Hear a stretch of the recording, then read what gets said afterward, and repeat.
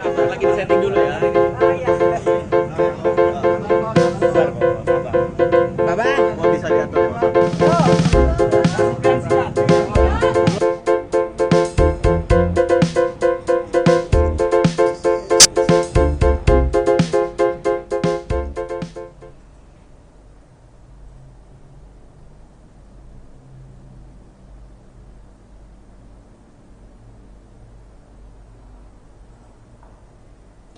Halo Tribuners, jumpa lagi bersama dengan saya Kusnala Syaifa dalam berita selebritis. Kami akan menyajikan informasi menarik dan terupdate seputar selebritis tanah air untuk Anda.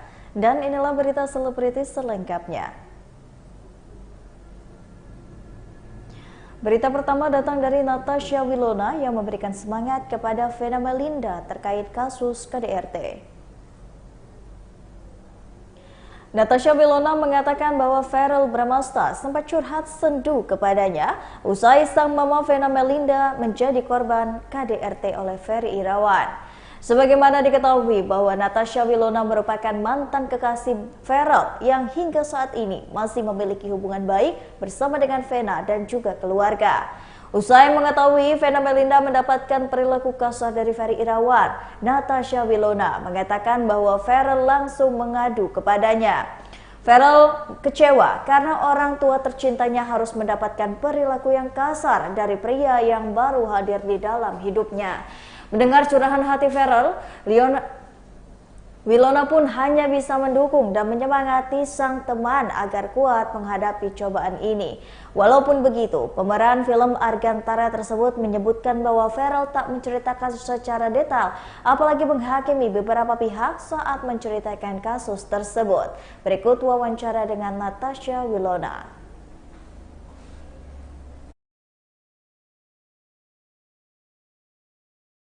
Baik atau misalnya kenal juga sama karakternya, ya aku cuma bisa mendoakan yang terbaik sih, karena istilah kata kan aku di outsiders gitu. Tapi Viral ada cerita nggak sih sama kamu? Ya, ada sih beberapa ngomong, tapi dia nggak mau terlalu banyak berbicara karena mungkin bagi dia ini tuh adalah kejadian yang terjadi antara orang tuanya, bukan dia. Jadi kayaknya yang lebih punya hak untuk ngomong ya udah pasti orang tua. Sesama perempuan gimana support maksudnya buat Vena sendiri, maksudnya ada rasa sesama perempuan, ada rasa kesel sama pria yang menyakiti perempuan gitu. Ya kalau aku sih dari dulu pasti ya selalu berharapnya, kayak semua cewek deh berharapnya ya kalau menemukan pasangan lelaki ya yang baik, tidak selingkuh, tidak main kasar, tidak berkata kasar. Ya harapan semua perempuan kayak gitu.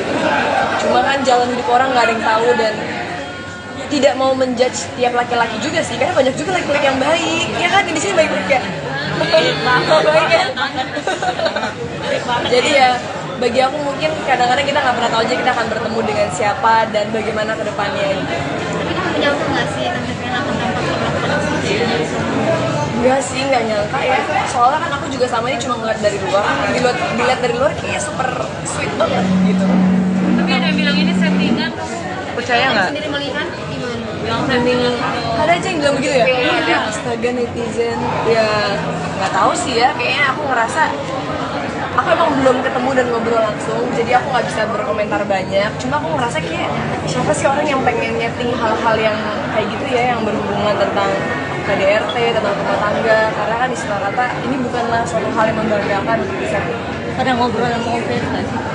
Ketemu atau sedang usai Jadi hal lucunya Om Ferry itu sempat hampir jadi ayah angkatnya pemain di film aku sebelumnya. Itu udah sempat kayak ketemu, udah sempat kayak reading, cuma kayak ada satu dua hal masalah schedule terus akhirnya nggak cocok. 1 menit lagi ya. Kalau kamu mungkin melihat seperti apa? iya.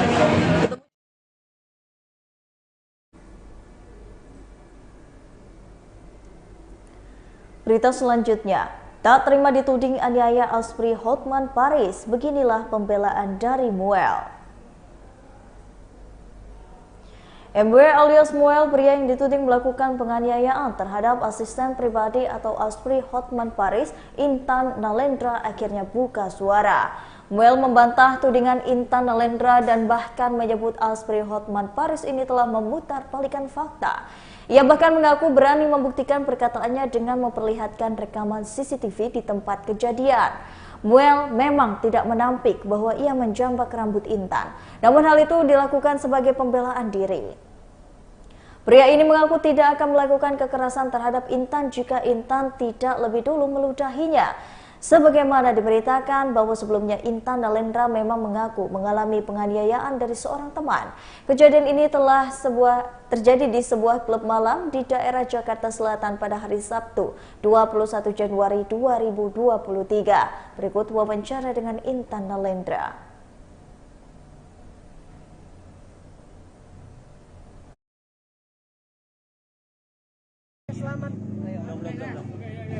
Selamat sore teman-teman media, terima kasih kesempatannya untuk meliput kami. Jadi perkenalkan, nama saya dengan pengacara Bapak Yusuf Irianto selaku penasihat hukum dari klien saya bernama Intan.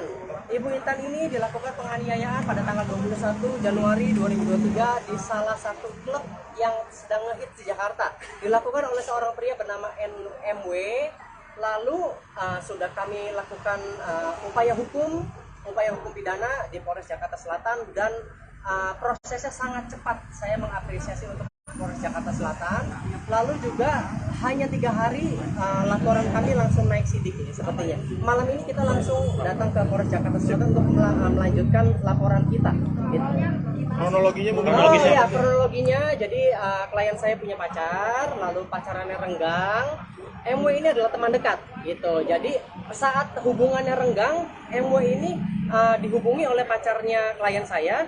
Lalu karena ada kesempatan dihubungi tidak ada hubungan, untuk disambungkan komunikasi dimintailah foto alat kelamin. Itu perbuatan itu yang membuat klien saya marah. Suatu hari di tanggal 21 Januari, klien saya bertemu dengan saudara MW ini di salah satu klub dan terjadi percekcokan, dan saudara MW melakukan tindak pidana yang sangat biadab menurut saya ya, untuk seorang laki-laki memukul seorang perempuan dengan sangat keji gitu. 3 kali, satu di kepala bagian depan, satu di kepala bagian atas, sama 1 kali lagi sambil menjambak. Dan itu semua ada bukti visumnya, semua di sini lengkap gitu.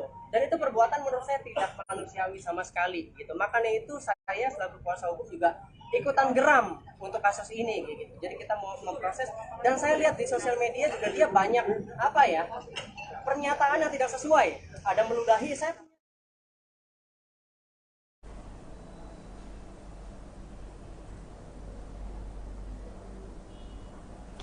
Berita selanjutnya, sering menjadi sorotan netizen, begini tips Irish Bella bangun rasa percaya diri.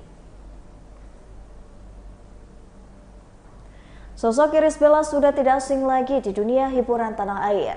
Istri dari Amar Zone itu telah membintangi banyak judul sinetron dan juga film.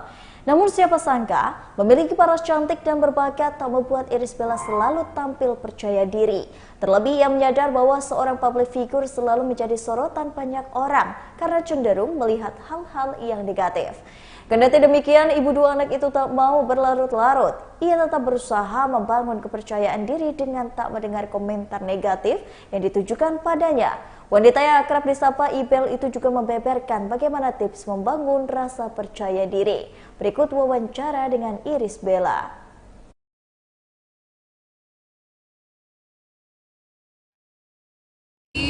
Konten kreator bisa dibilang kayak gitu. Sekarang kan musimnya KOL konten kreator ya. Terus ada ngurusin lagi belajar berbisnis juga sih, seperti itu. Lagi zaman-zamannya kerja dari rumah dan menjadi seorang ibu sih saat ini. Komik syuting lagi nggak sih? Iya. Saat ini belum ya, karena lagi fokus punya bayi sih, nggak bisa ditinggal gitu. Apalagi bayinya ini benar-benar harus nempel terus sama aku, makanya kemanapun aku pergi, kayak misalnya launching produk ini aja aku bawa terus kemana-mana, nggak bisa dilepas sedikit pun. Jadi untuk syuting sinetron nunggu kurus dulu aja kali ya. Perkembangan anaknya seperti apa sih? Siapa? Perkembangannya gimana? Perkembangannya seperti apa? Babynya ya.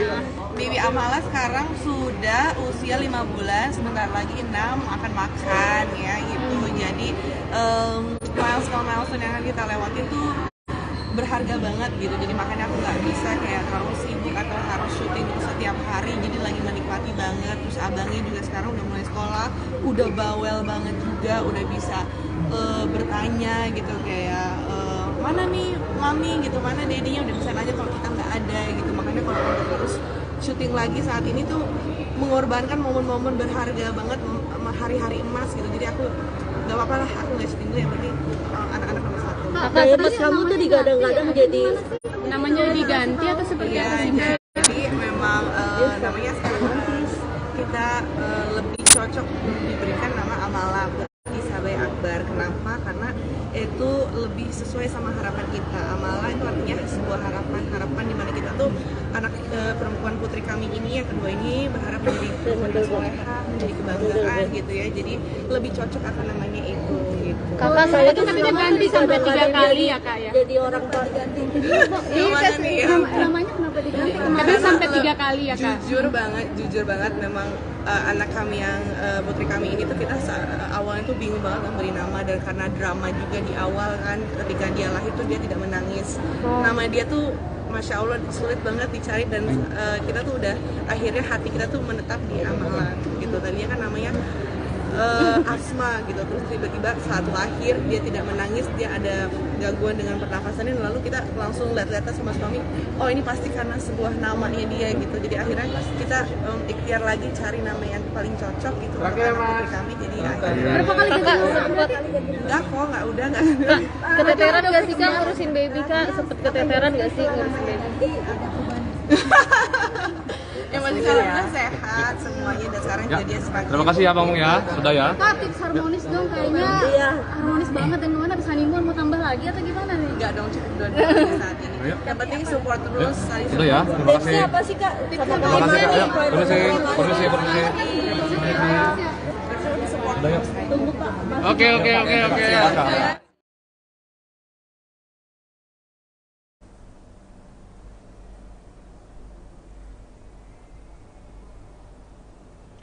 Beda agama, 8 potret Indra Brotolaras, sahabat menjadi calon suami Laura. Kabar bahagia datang dari Laura Theuk yang akan segera menikah dengan Indra Brotolaras tengah menjadi perbincangan publik. Pasalnya, saat ini banyak warganet yang tak menyangka karena selama ini keduanya menjalin hubungan persahabatan yang baik. Akan tetapi, keduanya disebut terjebak cinta lokasi, lalu memutuskan untuk menikah karena tak ingin berlama-lama pacaran. Selain itu, sosok dari Indra Brotolaras juga menjadi sorotan karena memiliki diketahui perbedaan keyakinan. Berikut wawancara dengan Indra Brotolaras.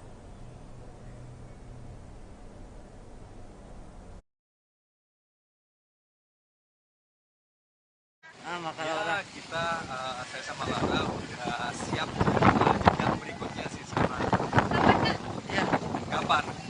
Itu masih dirahasiain kapannya, nanti itu bakal jadi surprise buat kalian semua. Apa sih? Kenapa?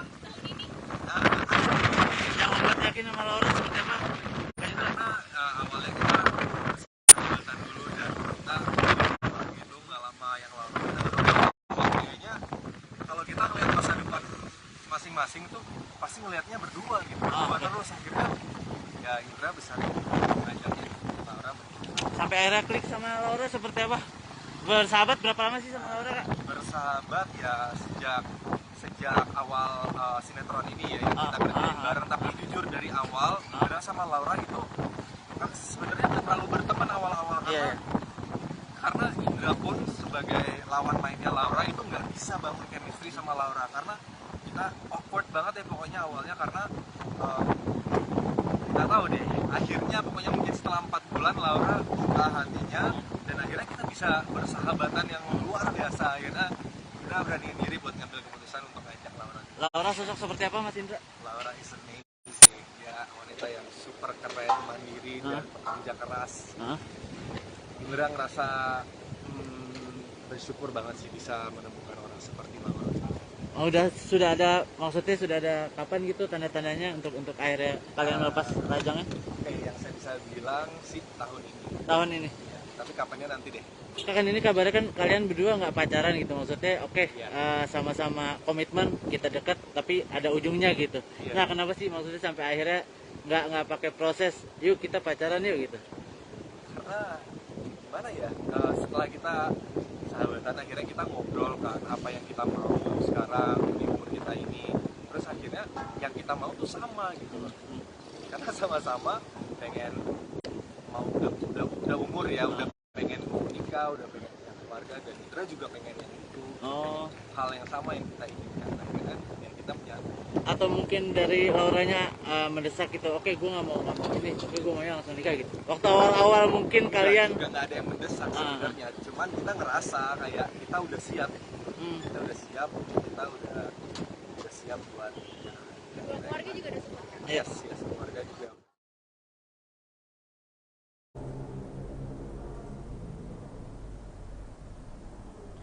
Berita selanjutnya, Ivan Gunawan ungkap alasan Bunda Korla datang ke Indonesia.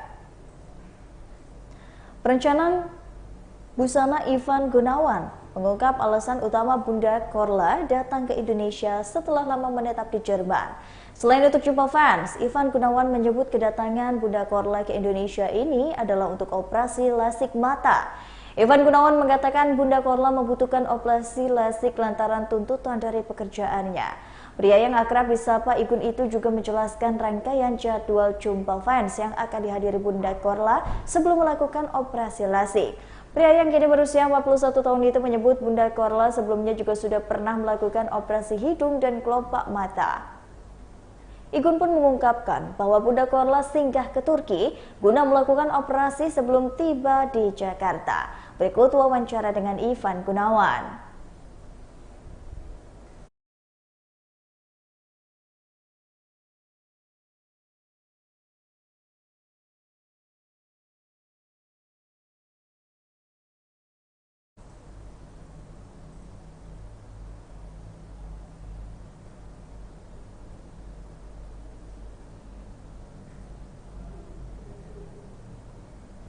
Baiklah Tribuners, setelah tadi berita selebritis di Tribun Lampung bersama dengan saya Kusnula Syaifa. Jangan lupa untuk terus saksikan video selengkapnya di YouTube Tribun Lampung News Video, Facebook Tribun Lampung, Instagram Tribun Lampung, dan juga TikTok Tribun Lampung untuk bisa mendapatkan informasi terupdate lainnya.